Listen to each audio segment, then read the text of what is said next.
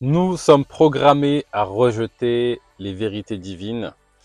Dans cette vidéo, ce que je te propose, c'est de découvrir comment et pourquoi certaines personnes ont une réaction virulente, limite violente, lorsqu'on leur présente des vérités simples et profondes et divines.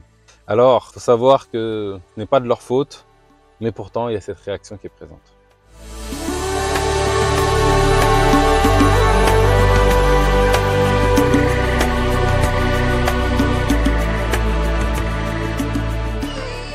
Bonjour et bienvenue dans Enquête spirituelle, la première chaîne qui traite en profondeur des réalités spirituelles. Je m'appelle Bakary Niakhaté et ici, sur cette chaîne, je te parle de connaissance de soi et de Dieu, car c'est en s'éveillant sur ces questions que nous, l'humanité, nous allons bâtir un monde meilleur, nous rapprocher du divin et réussir notre passage sur Terre. Donc si toi aussi tu veux t'éveiller spirituellement, deux choses à faire. La première, tu t'abonnes à la chaîne, tu actives la cloche pour être sûr de ne pas rater les vidéos puissantes comme celle-ci que je partage chaque semaine. 2, va dans la barre de description et accède gratuitement à un test de personnalité. Il faut que tu saches que celui qui se connaît vraiment connaît le tout. Et en bonus, si tu souhaites aller plus loin, j'organise régulièrement des séminaires, des formations, des retraites. Et donc, si tu veux en être, tu as un lien aussi également dans la barre de description. Mes prochains événements, ça te permettra de savoir ce que j'organise et d'y participer. Ça étant dit, rentrons maintenant dans le vif du sujet. Pourquoi les gens, l'humanité, se retrouvent très fortement touchés intérieurement, révoltés lorsqu'on leur présente, lorsqu'elles découvrent des vérités divines. Alors, c'est pas valable pour toutes les vérités, mais dès qu'on touche des choses très profondes qui peuvent créer une réelle transformation intérieure, eh ben, ce que moi je constate, ce que j'expérimente dans ma vie, c'est qu'il y a une réponse en face qui peut être parfois très violente, virulente, un rejet systématique.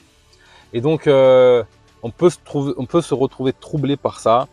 Et toi qui es dans une démarche d'éveil, eh ben, je pense que tu passes par la même chose, par le même sentiment. C'est-à-dire que tu cherches à parler, à partager ce que tu as découvert, les prises de conscience à d'autres âmes, à d'autres consciences.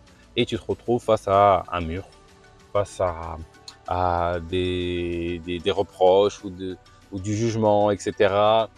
Face à tout un tas de peurs. Alors, il faut que tu saches que si aujourd'hui les humains sont dans cet état, c'est-à-dire de rejet systématique des vérités divines, tu vois, je vais donner des exemples. Quand tu vas parler de tout éteint, eh ben, les gens vont commencer à te projeter leur peur, à te prendre pour un fou. Quand tu vas parler de la mort du divin, ils vont te prendre pour mais qu'est-ce qu'il raconte celui-ci, est-ce qu'il a pas pété un câble.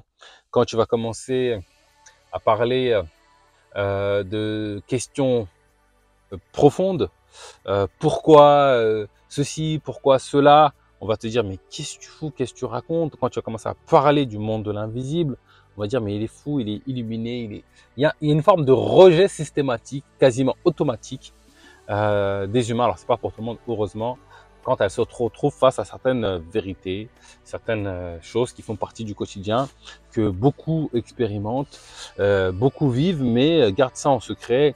Quand tu vas rentrer dans une école, on va te dire de ne pas parler du tout de la sphère spirituelle. Quand tu vas être dans une entreprise, on va te dire de ne pas parler du tout de la sphère spirituelle. Quand tu vas rentrer dans certains sujets, tu perds quelque part ta crédibilité. Sujet, j'entends ici, sujet spirituel. C'est présent, on ne peut pas le nier, c'est présent.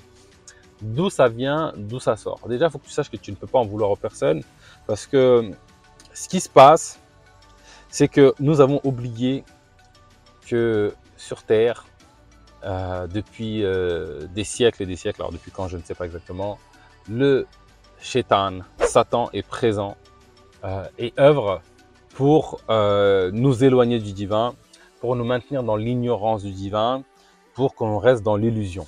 Parce que tant qu'on va rester dans l'illusion, ben on pourra rester des marionnettes. Quand on va accéder à certaines vérités divines, on va pouvoir s'en émanciper, s'en libérer.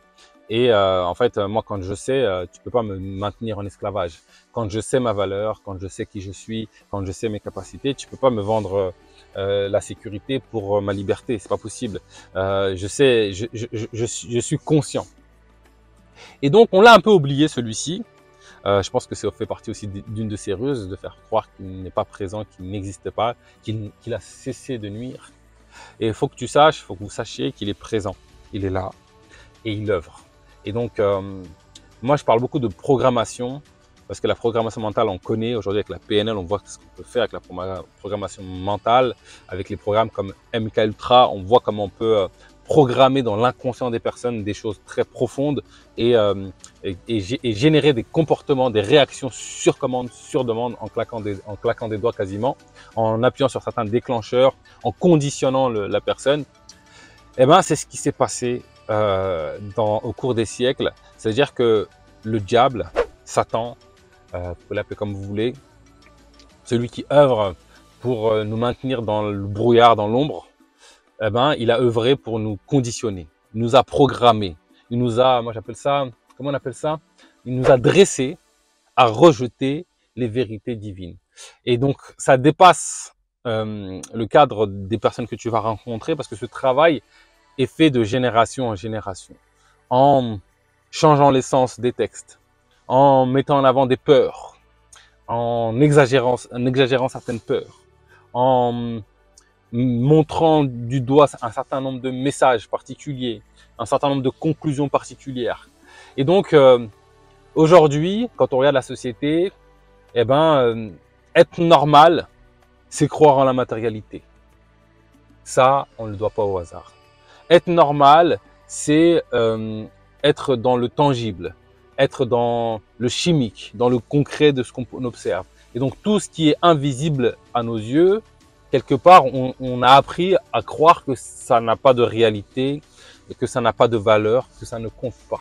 Sauf que la réalité de notre être dépasse le cadre du matériel, du physique.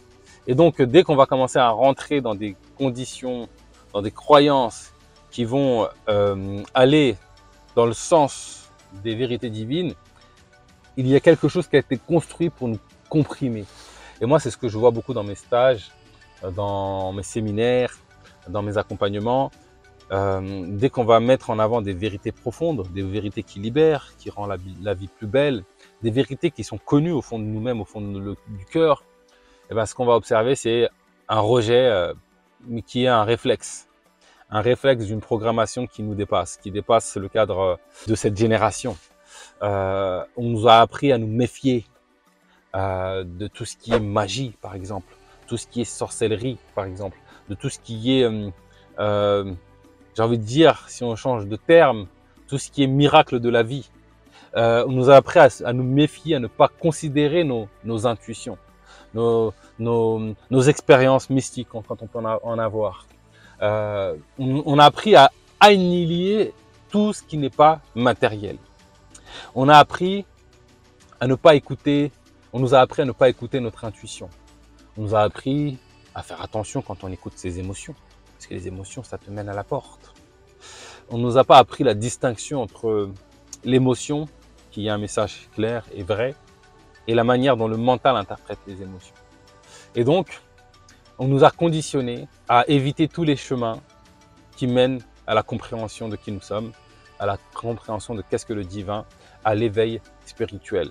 Et donc, c'est pour ça qu'on va retrouver ce réflexe naturel de rejeter.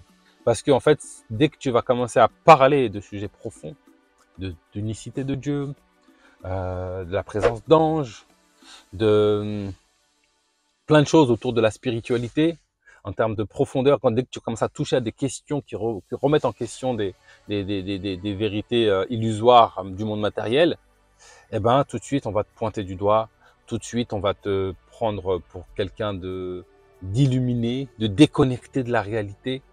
Et moi, ce que j'aime bien mettre en avant, c'est qui est plus connecté à la réalité? Celui qui sait ou celui qui ignore? Effectivement, le fait de savoir fait que tu vois les choses et tu réinteragis avec les choses d'une autre manière.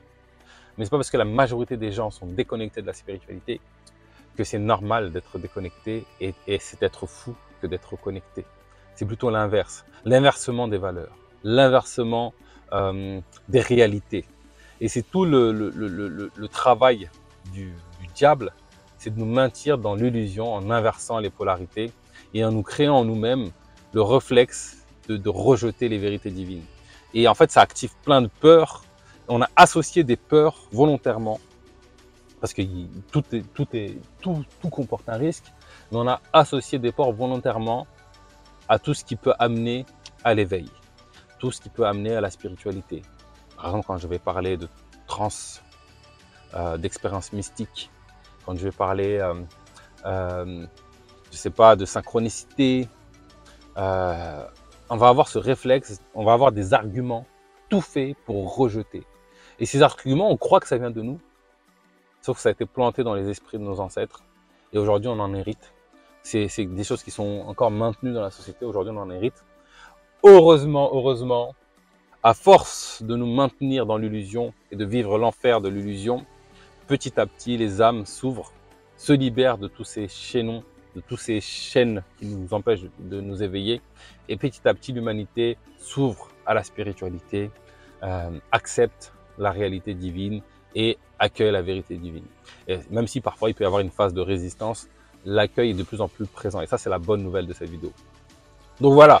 Donc si tu veux comprendre pourquoi c'est comme ça, sache que c'est normal, dans le sens où quand tu as été dressé à agir comme ça, quand on t'a programmé et que ce programme a pris naissance chez tes ancêtres, c'est normal que tu te retrouves dans des situations où il y a des réflexes presque animales face à la connexion aux vérités profondes, aux vérités divines, aux vérités qui libèrent. Mais ça ne veut pas dire qu'il ne faut pas œuvrer pour faire entendre ces vérités. Je crois que nous devons être les témoins de la vérité de Dieu. Nous sommes ici aussi pour témoigner des vérités divines, être des vecteurs qui propagent, qui reflètent la vérité divine sans rentrer dans une démarche de prosélytisme, mais juste en étant nous-mêmes, en étant conscients et en osant dire sa propre vérité. Celui qui n'est pas d'accord de ma propre vérité, c'est son problème. Et c'est justement la confrontation des différentes vérités qui vont amener l'humanité à de plus en plus cheminer vers la vérité de Dieu. Et je le rappelle, comme l'a dit Jésus, seule la vérité nous libérera. C'est tout pour aujourd'hui. Comme d'habitude, si cette vidéo t'a plu, tu me lâches un petit pouce bleu, partage la vidéo s'il y a des consciences qui ont besoin d'entendre ce message, partage. Et sur ce, je te donne rendez-vous très prochainement pour du nouveau contenu autour de l'éveil spirituel.